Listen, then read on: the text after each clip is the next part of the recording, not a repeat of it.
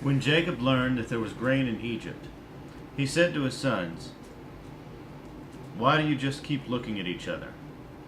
He continued, "I have heard that there's grain in Egypt. Go down there and buy some for us, so that we may live and not die." Then 10 of Joseph's brothers went down to buy grain from Egypt. But Jacob did not send Benjamin, Joseph's brother, with the others, because he was afraid that harm might come to him. So Israel's sons were among those who went to buy grain, for the famine was in the land of Canaan also. Now Joseph was the governor of the land, the one who sold grain to all its people. So when Joseph's brothers arrived, they bowed down to him with their faces to the ground. As soon as Joseph saw his brothers, he recognized them, and he pretended to be a stranger and spoke harshly to them. "Where do you come from?" he asked. "From the land of Canaan," they replied, "to buy food." Although Joseph recognized his brothers, they did not recognize him. Then he remembered his dreams about them and said to them, "You are spies. You have come to see where our land is unprotected." "No, my lord," they answered. "Your servants have come to buy food. We are all the sons of one man. Your servants are honest men, not spies." "No," he said to them, "you have come to see where our land is unprotected."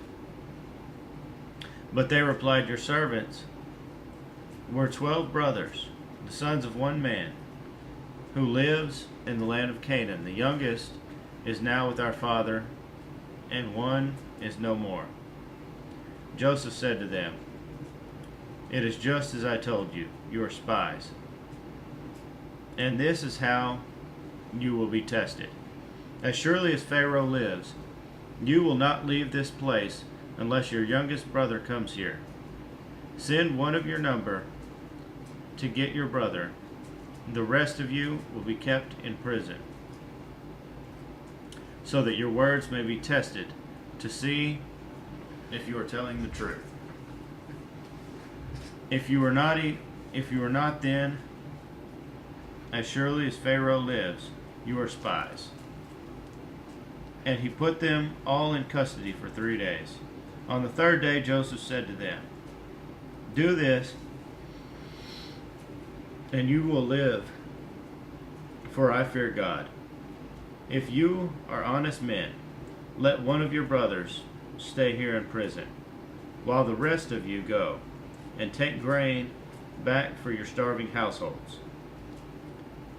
But you must bring your youngest brother to me, so that your words may be verified, and that you may not die."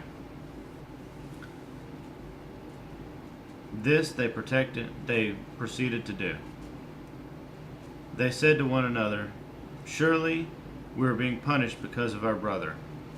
We saw how distressed he was when he pleaded with us for his life, but we would not listen. That's why this distress has come upon us." Reuben replied, "Didn't I tell you not to sin against the boy? But you wouldn't listen.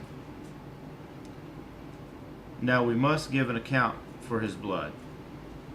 They did not realize that Joseph could understand them, since he was using an interpreter. He turned away from them and began to weep, but then turned back and spoke to them again. He had Simeon taken from them and bound before their eyes.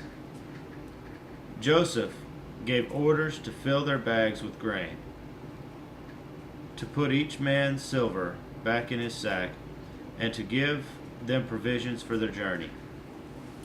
After this was done for them, they loaded their grain on their donkeys and left.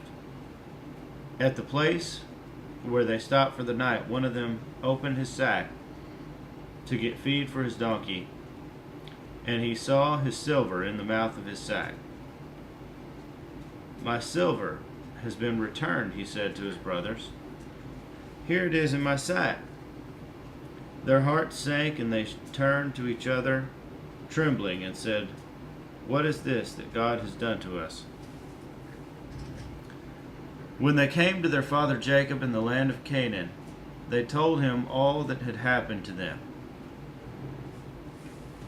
They said, The man who is lord over the land spoke harshly to us. He treated us as though we were spying on the land.